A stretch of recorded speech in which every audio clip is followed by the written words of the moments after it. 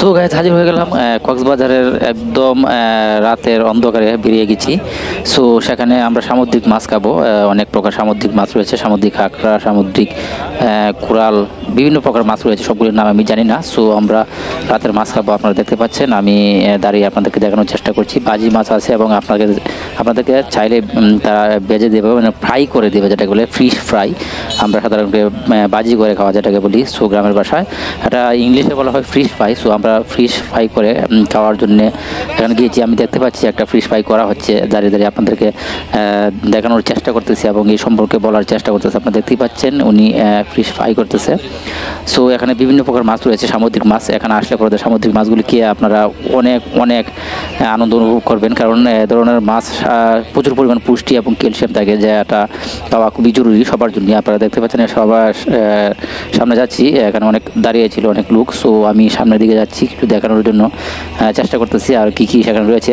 So দর্শক, এটা কিন্তু রাত্রি বসে সেখানে যে মাছগুলি আছে, সামুদ্রিক মাছগুলি সাধারণত রাত্রে নিয়ে বসে। তো দর্শক চলুন এবার একটু দেখে নিই সামুদ্রিক মাছ এক নজরে। এটা হচ্ছে গিয়ে আপনার সামুদ্রিক মাছের একটা শপ। সো এখানে তারা ব্যানে করে এই সামুদ্রিক মাছগুলি বেছে। সো এই মাছগুলি সাধারণত অনেক দামি, অনেক দাম পড়ে একটি মাছের, প্রায় 1000।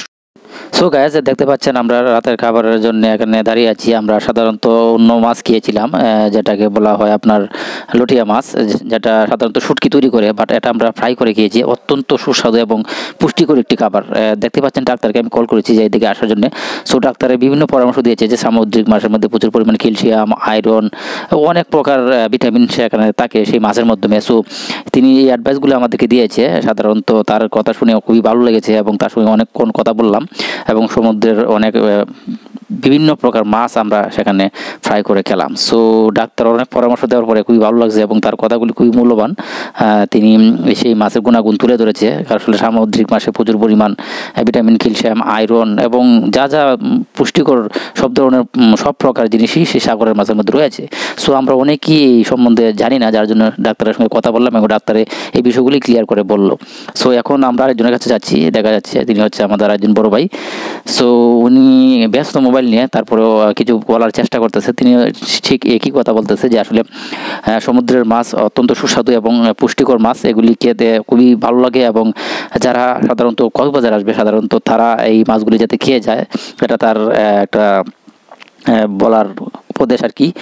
সো এটা হচ্ছে গিয়ে বড় কথা। তো ঠিক আছে দর্শক, আমরা একটু সামনের দিকে যাই।